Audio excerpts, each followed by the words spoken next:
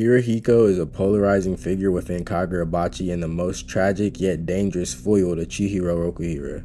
Think about the theater scene. Picture Hirohiko sitting in an auditorium, casually spoiling the plot of the stage play to the person next to him, all while bleeding from a flesh wound stab and watching the literal bloodbath unfold on the rooftops outside using his paper butterfly sorcery. It completely underscores his deep psychological detachment. Life, death, and human suffering holds zero emotional weight for him.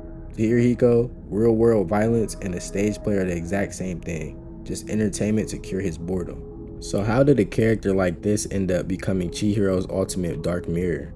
Let's break it down. When we first meet Hirohiko, his role within the Hishaku Syndicate immediately sets him apart. He possesses a nonchalant, almost bubbly demeanor despite committing horrific atrocities. He walks into combat with an unbothered energy that makes him unnerving. To understand Hirohiko, you have to look at the shared foundation between him and Chihiro. Both of them are 18 years old, who were completely stripped of a normal teenage life. Neither got to experience a peaceful adolescence because blood and violence redefined their worlds before they could mature normally. They are forced into maturity through violence and are both ultimate outcasts of society, operating in the dark underbelly of the sorcery world, completely cut off from ordinary civilian life. But despite that shared background, how they process that trauma puts them on totally opposite ends of the spectrum. Hirohiko makes his proper introduction to the story in the Swordbearer assassination arc in chapter 48, and immediately we see how detached Hirohiko is from violence. He brought over Uruha's 3 personal bodyguards in a twisted attempt to get him to attack them out of rage. And when Chihiro confronted him about it, he said that he figured that Uruha would want to say a proper goodbye. And while Hirohiko's fighting, you can almost always see a smile on his face. It's like he finds fun in this. He finds fun in killing. He finds joy in violence. He finds thrill in putting his life on the line. His role within the Hishaku Syndicate and his unique blood crane sorcery immediately established him as a core threat. Everything about him is unnerving. He's so unbothered. He treats a high-stakes assassination attempt like a casual hangout, but he coordinates a brutal attack on the train carrying Uruha, stepping directly into combat against Chihiro. But instead of entering as a cold, imposing mastermind, he arrives with a nonchalant, almost bubbly demeanor. Let's look at Chihiro and Hirohiko's fundamental philosophies and differences. Chihiro takes no pleasure in fighting. Every slash with the intent is calculated and aimed at ending threats quickly with minimal collateral damage. He holds himself strictly accountable for every life he takes. Hirohiko, on the other hand, treats combat like a playground. He does not care about collateral damage or personal harm or long-term goals. He lives entirely for the high of the moment. It's like order versus chaos. Chihiro's violence is driven by a deep sense of moral duty. He carries the weight of Kunishige's legacy to prevent the enchanted blades from causing more innocent suffering. Wielding an enchanted blade is a heavy, painful burden. He hates that he has to kill. On the other hand, Hirohiko's philosophy treats violence as normal, thrilling, and casual. Because he was forced to kill as a toddler, he never developed a traditional moral compass. To him, human life had no inherent sanctity, so killing carries zero moral weight. Chihiro is precise, disciplined, calm, and strategic. Hirohiko is unpredictable, erratic, and recklessly self-destructive, whether he's using Kyumiyuri or his blood crane sorcery. But here's where the dynamic gets terrifyingly intimate.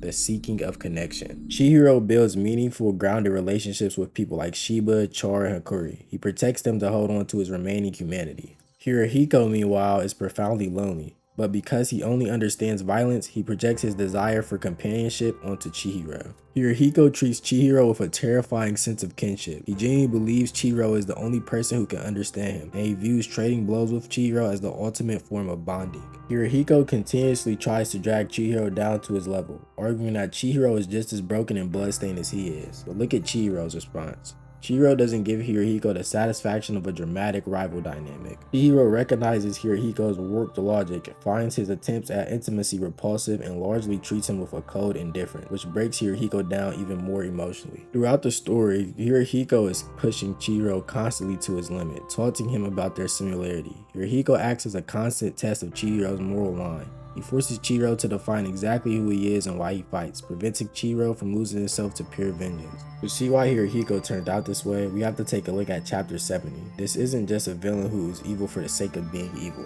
Unlike Chihiro, who was shaped by his father's murder at the age of 15, which he channeled into a solemn sense of responsibility, Hirohiko killed his own attackers in self-defense at the age of just 3 years old, going on to be raised by the Hishaku. Killing is the only thing Hirohiko knows. That's all his life has been. And being with the Ishaku further solidified Hirohiko's thirst for violence and killing. Early trauma severed Hirohiko's ability to live a normal human life before he even knew what it was. Violence isn't something Hirohiko chose, it was the only language he was ever taught. Hirohiko wants validation and connection, but because his youth was stolen, he generally doesn't know how to seek it without blood on his hands. Hirohiko doesn't seek out this connection just out of pure malice, he acts out of a warped loneliness because Chihiro is another 18-year-old whose youth was stolen by violence. Hirohiko genuinely believes Chihiro is the only person who can understand him. And Hirohiko seeking out to find someone like Chihiro shows that he accepted the type of person that he is and he can only be friends with someone who stands on equal grounds as him.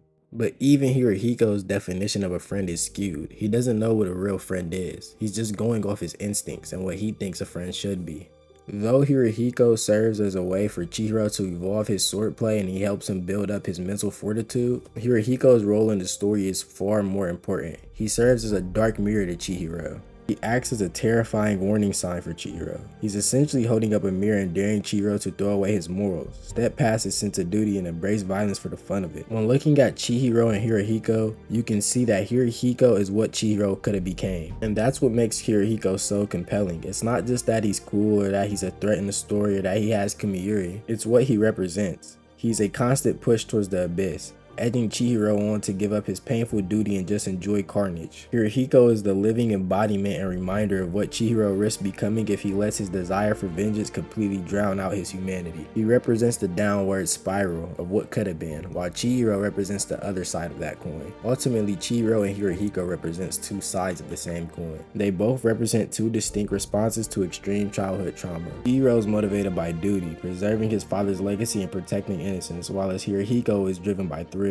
validation, and seeking a sense of belonging. Chihiro views killing as a heavy, necessary burden that must carefully be weighed, while Hirohiko views it as normal, fun, and the only genuine way to communicate with others. Chihiro fights with precision, he's disciplined and calm, while also being strategic, while Hirohiko is unpredictable, erratic, and reckless. He's also very, very destructive. Chihiro responds to his trauma by internalizing grief and channels his pain into strict moral discipline, while Hirohiko normalizes horror, emotionally stunning into a childish, unbothered facade. Chihiro views Hirohiko as a dangerous enemy whose twisted logic must be shut down, while Hirohiko views Chihiro as his only real friend who truly understands him. While Hirohiko is Chihiro's ultimate dark mirror on a personal level, his role in the wider story is to be his Shaku's agent of chaos, a driving catalyst for Chihiro's combat evolution and a walking example of what happens when society fails a gifted child. He shows what happens when a young, highly talented individual falls through the cracks of the sorcery world and are groomed by organizations like the Ishaku instead of being raised safely. Hirohiko's presence in Kagurabachi isn't just about giving Chihiro another dangerous enemy to slice through.